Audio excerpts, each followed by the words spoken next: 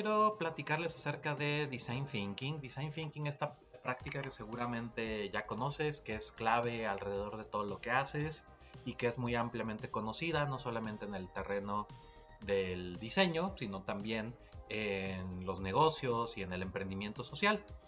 Lo que quiero compartir el día de hoy proviene de esta plática que di en Inc. Monterrey del 2023, donde se titulaba provocativamente de esta manera, ¿no? Ese post-mortem del design thinking, a partir de esta idea de muchos autores y muchos colegas de cómo había decaído el design thinking en los últimos años y, y reflexionar un poco hacia dónde debe evolucionar.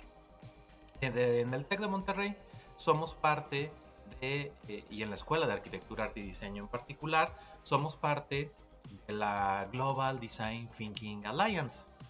Somos uno de los pocos miembros de la alianza que hablamos además el idioma español.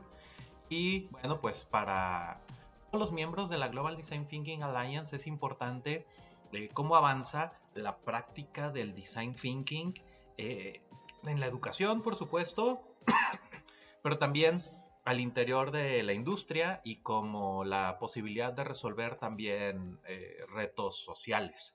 Y también inclusive en Europa está tomando un papel muy importante en cómo resolvemos problemas que se resuelven a través de la política pública.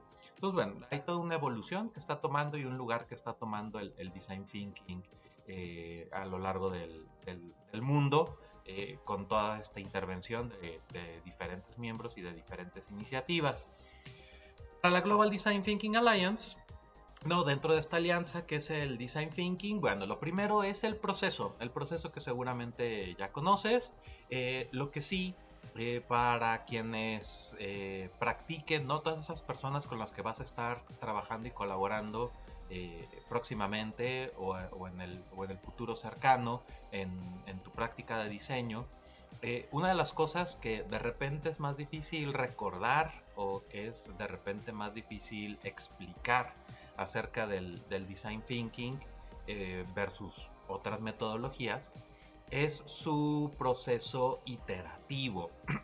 Aunque siempre se presenta y siempre se muestra y siempre se educa como un proceso lineal solamente por el hecho de que así es más fácil explicarlo y así es más fácil vivirlo por primera vez.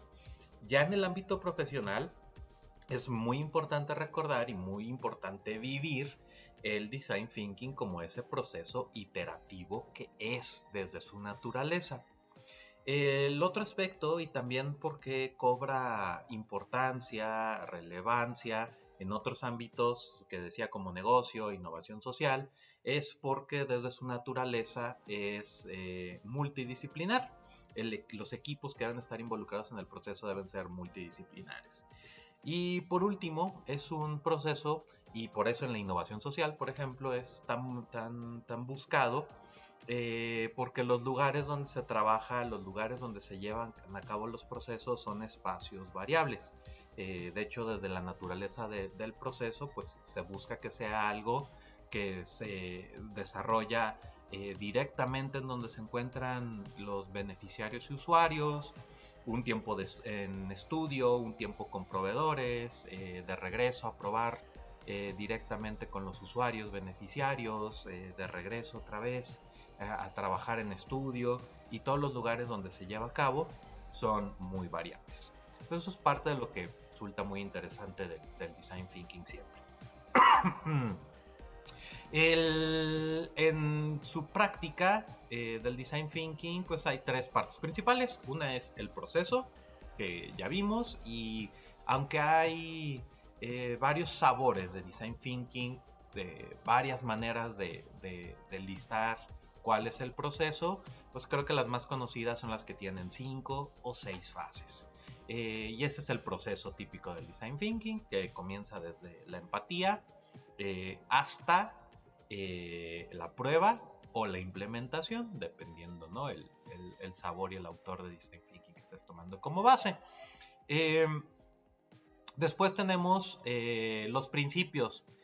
hay ciertos principios que ahorita voy a recordar que distinguen el design thinking, además de la multidisciplina, la colaboración, el prototipado, la creatividad, el potencial, el mindset de crecimiento, pues, varias cosas que están justamente ahí. Está y una colección de métodos y herramientas también que se utilizan a lo largo de las diferentes partes del proceso.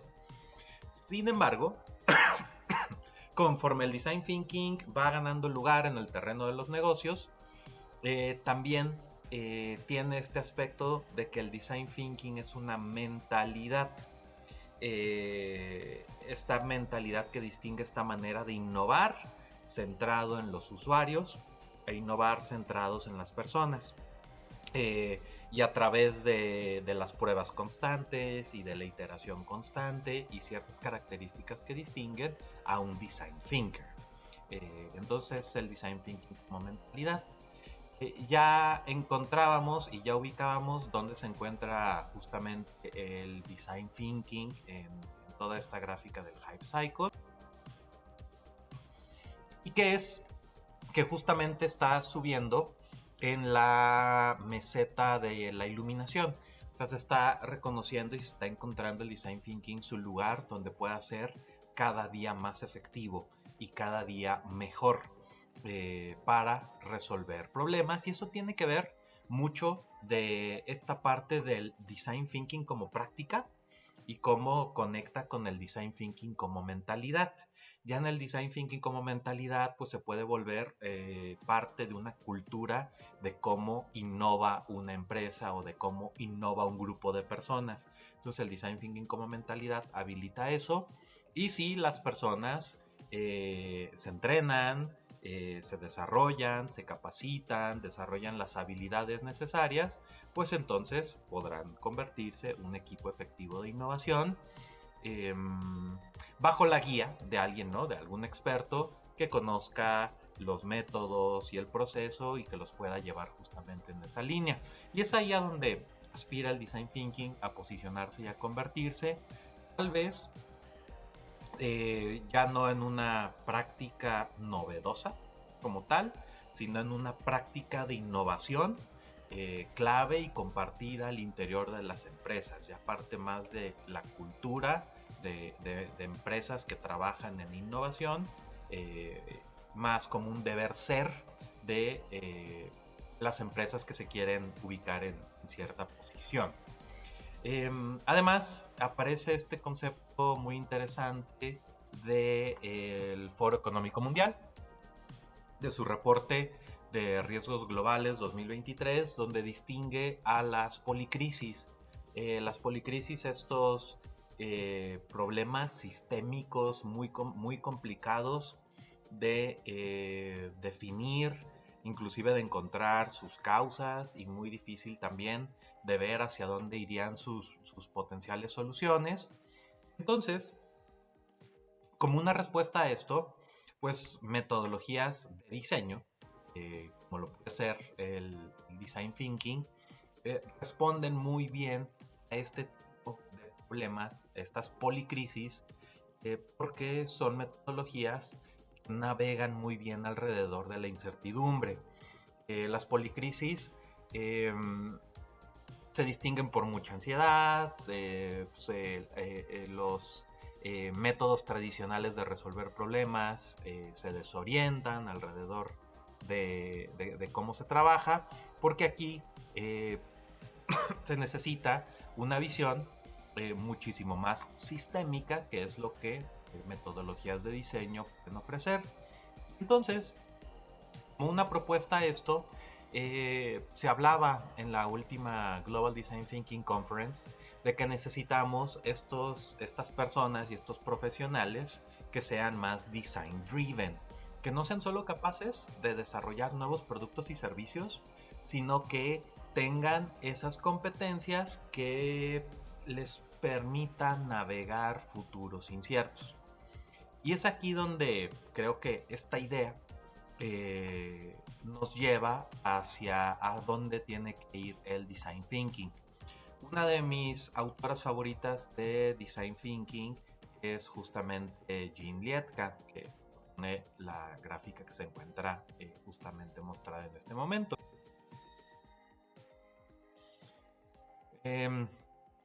Lietka junto con Buring hablan acerca de cómo el design thinking se ubica muy bien en la primera caja, cómo el design thinking nos ayuda muy bien a resolver y desarrollar innovaciones de productos y servicios de hoy, atendiendo necesidades directamente del mercado y trabajando directamente con los recursos de la organización.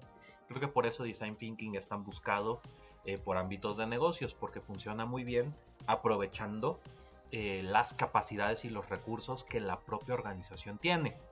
Luego podemos irnos, ¿no?, a lo muy largo, hablando de megatendencias y de futures thinking, y habrá otro video en esta serie donde hablaremos de diseño de futuros para el muy largo plazo.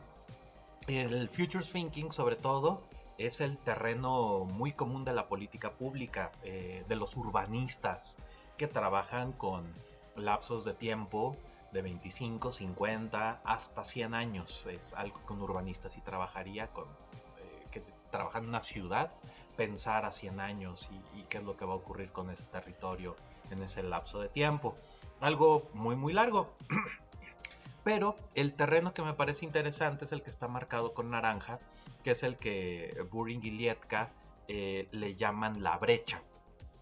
Ese espacio de entre tal vez 5 y 15 años, donde el diseño prospectivo puede ayudar a resolver y puede trabajar y puede ayudar a manejar la incertidumbre. Y entonces es esta propuesta de cómo conectamos y cómo trabajamos con el design thinking y cómo conecta el design thinking con el diseño prospectivo para poder resolver estos problemas complejos e inciertos de mediano plazo. Con eso ya quiero cerrar justamente este video recordando algunos de estos principios clave del design thinking, ¿no? Del design thinking como mentalidad y qué es lo que debería yo fomentar y traer primeramente en un equipo que quiera ser innovador y ser innovador destacado por la práctica del design thinking. Entonces, número uno, olvidar que la empatía es clave dentro del proceso de design thinking. La empatía en todos sus aspectos, de conocer a los beneficiarios, a usuarios, escuchar a los expertos, trabajar directamente con los clientes, trabajar con el equipo multidisciplinario, o sea, el ser capaz de traer todas estas diferentes visiones y vistas al proyecto y cómo trabajamos y conciliamos entre todos esos intereses de diferentes stakeholders. Todo eso conlleva la práctica de la empatía. Número 2, la curiosidad. Un equipo de design thinkers tiene que ser un equipo curioso, que se hace muchas preguntas en la etapa de definición. ¿Por qué? ¿Por qué? ¿Por qué? Adopta la ambigüedad. No tengas miedo a trabajar la ambigüedad en tus proyectos de diseño. Es parte de todo este proceso. Confía en el proceso, confía en las herramientas. Este es un proceso y estas son unas herramientas diseñadas para navegar y trabajar alrededor de la ambigüedad. Muy importante, el día a día del diseñador y cómo lo llevamos esto a otros equipos de otras disciplinas. La práctica del design thinking es visual. Entonces hay que seguir trayendo esto. Si propusiera ahorita una pregunta interesante en Hazlo Visual, se propone un futuro de la inteligencia artificial de aplicaciones sin interfaz, lo cual no es 100% posible porque tenemos que seguir interactuando con la inteligencia artificial de alguna manera, y eso es parte de lo que es la interfaz. Sin embargo, pues ya no van a ser las interfaces como hoy las conocemos, sino que tendrán que repensarse ciertas interfaces, la manera en que las diseñamos y lo pensamos. Entonces, ¿cómo hacemos representaciones de ello? De algo que ya no va a ser tan fuertemente visual, pero que sigue siendo un medio visual, el que el equipo va a seguir teniendo y manteniendo para cómo comparte las ideas, las explica y las explora. Tenemos exige opciones como líder de un equipo de diseño. De todos los integrantes del equipo, exige opciones y alrededor de esas opciones enseña al equipo y lleva tu equipo y lleva tu propia práctica en iterar e iterar e iterar e iterar. Esto está en el centro y en el core del design thinking. Haz muchos prototipos, prototipa pronto y aprende. Los negocios que he lanzado siempre han tenido prototipos. El negocio que menos prototipos ha tenido antes de llegar a una versión que ya podía estar viendo el público, que era nuestro MVP, hubo 2 prototipos previos antes del MVP. Negocios que he escuchado que han lanzado productos, han tenido hasta 14 prototipos.